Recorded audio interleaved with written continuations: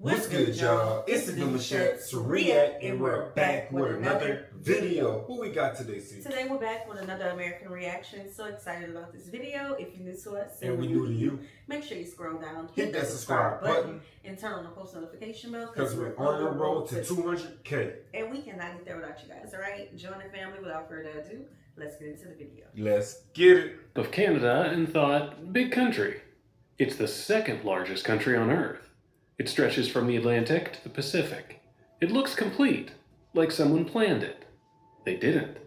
The western half of Canada, everything from the Manitoba border to the Pacific, was divided by British officials sitting in London with a ruler and a handful of lines on a map.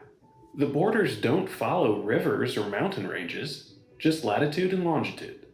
The strange part is that those lines ended up enclosing some of the most valuable geology on Earth. So how did a handful of bureaucrats working from the other side of the Atlantic accidentally draw borders around resources that now feed billions of people, power nuclear reactors around the world, and help supply the global energy market? Because that's exactly what happened. And the answer begins with the most ordinary looking province in Canada. The first place to look is Saskatchewan. On a map, it doesn't look remarkable, just a giant rectangle in the middle of Canada, but it's enormous. Overlay Saskatchewan on Europe and it covers Germany, Austria, Switzerland, and the Czech Republic, with room left over. And despite all that size, the landscape barely changes. Flat prairie stretches for hundreds of miles in every direction. And flat doesn't just describe what Saskatchewan looks like, it explains how it formed.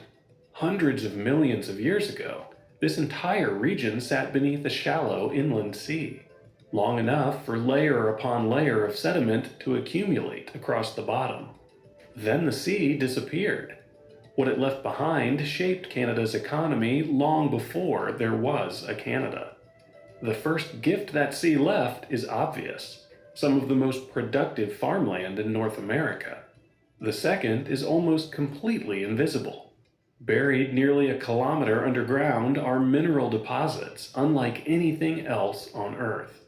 And that's where the story takes another turn. That buried gift is actually two different resources. One helps feed the world, the other helps power it. The first is potash. Beneath southern Saskatchewan sits the largest concentration of potash ever discovered, about 40% of the world's known reserves. Potash is the primary source of potassium in commercial fertilizer, one of the three nutrients modern agriculture depends on. Remove it and crop yields collapse. Think about what that means. Modern agriculture feeds more than 8 billion people. It only works because farmers can continually replace the nutrients crops remove from the soil. Potash is how they replace one of the most important ones. If Saskatchewan were its own country, it would be one of the world's most strategically important agricultural suppliers. Not because of what grows on its farms, but because of what's buried beneath them. Germany produces about 3 million metric tons of potash each year. Saskatchewan produces more than twice that, from a province that most people drive through without a second thought. But fertilizer isn't the only thing hidden underground. The second resource is uranium. The Athabasca Basin covers much of northern Saskatchewan. Child uranium. Countries was... No, I'm not gonna mention that one, but remember that video we watched about the uranium and the country was going through what it was going through, you know, the colonial powers, all of that. Child, yeah. Listen, this one province in Canada has two of the most sought after minerals. Okay? I want to say something because of the trade deal. But at least we know we could, you know, have good food when we go to Canada and not have to worry about what is it. Yeah, that too. Yeah, y'all big on that, which I help. I like the fact that the world just in general has so much stuff in it that we don't even know about. And if we do know about it, obviously we're the people that fought for it and locked it in the way it is now. So I'm glad we didn't pass that.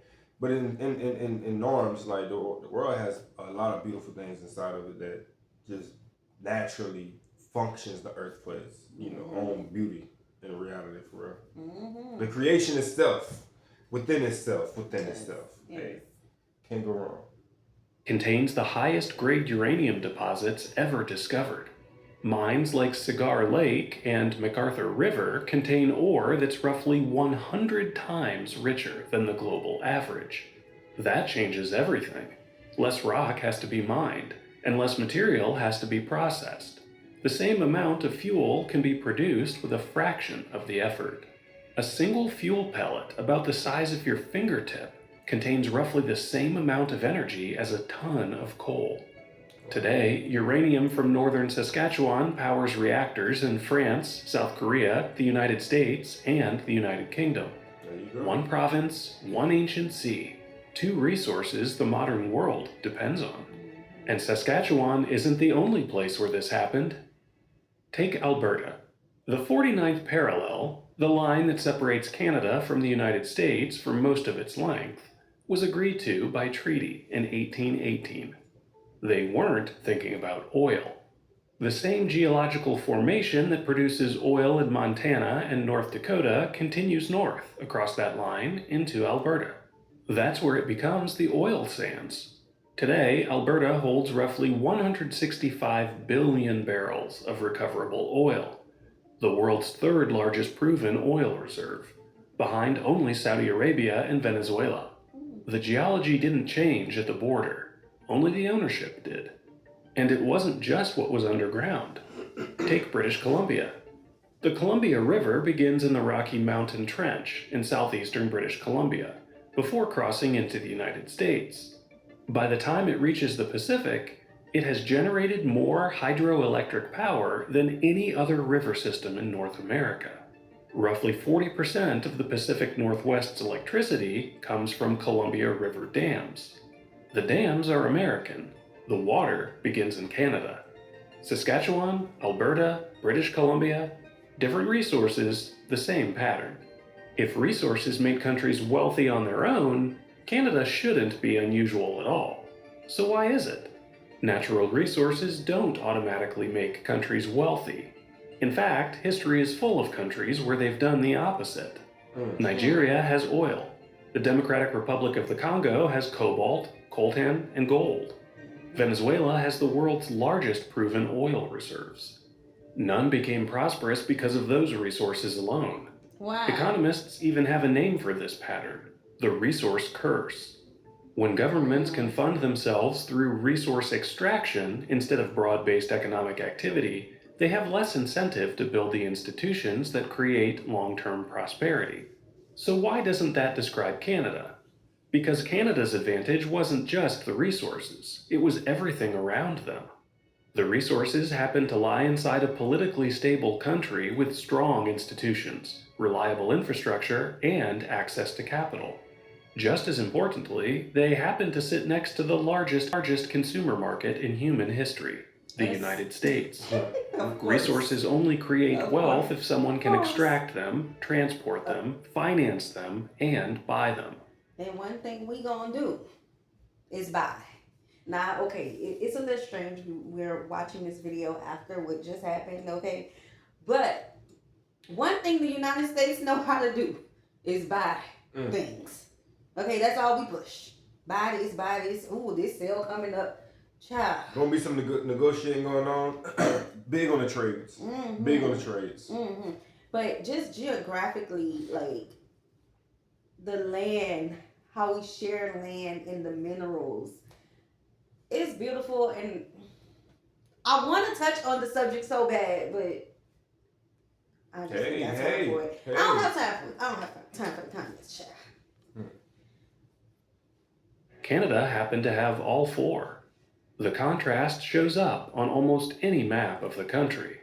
Nearly 90% of Canadians live within 100 miles of the US border. But most of the country's resource wealth lies hundreds of miles farther north.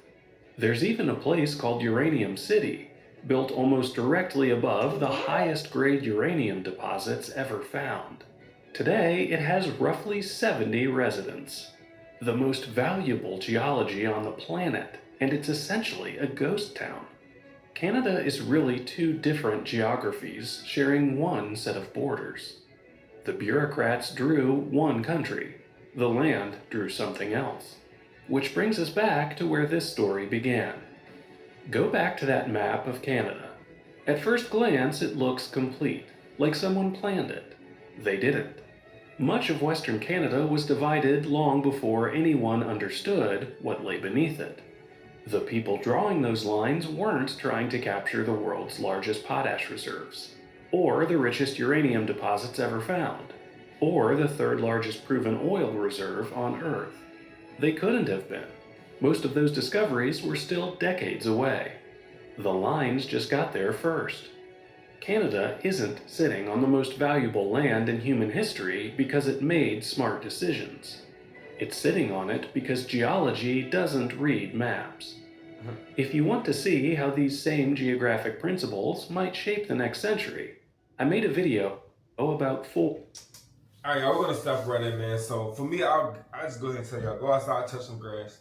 Go ahead and dig in a little dirt too. You might not know what you find out there. You might not know. Yes, this was a really cool video for us to watch with our sons. They 100%.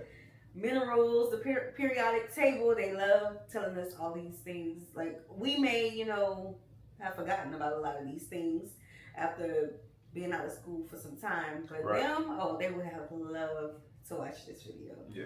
But this was a cool video. Hope you guys enjoyed it with us. Be sure to subscribe. We'll see you soon. Peace.